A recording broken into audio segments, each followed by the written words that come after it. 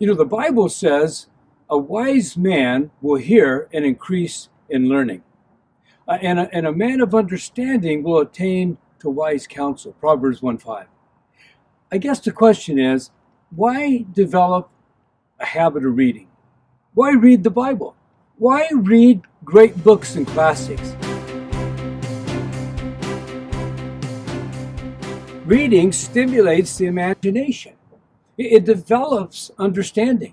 You increase your vocabulary.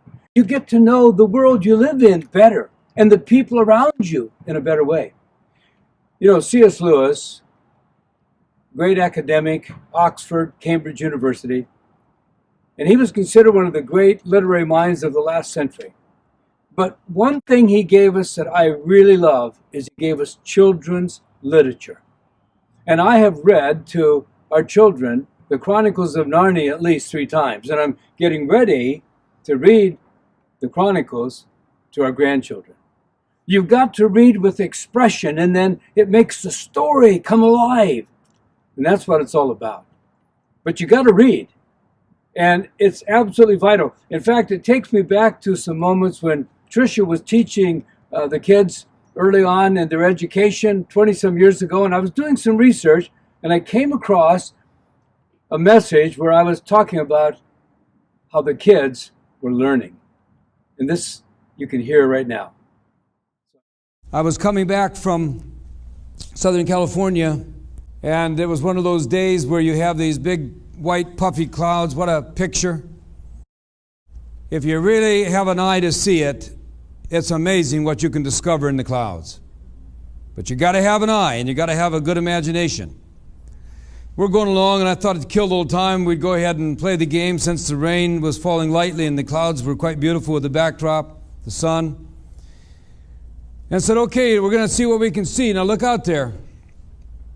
And I said, I can see, and it was a mouse or something, or a cat or whatever it was out there. I mean, you could see it. And the kids, oh yeah, Dad, I can see that.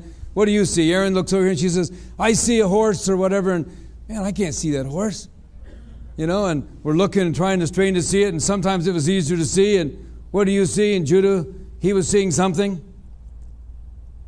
What do you see, Caleb? And Caleb looks up and he says, I see the Louisiana Purchase.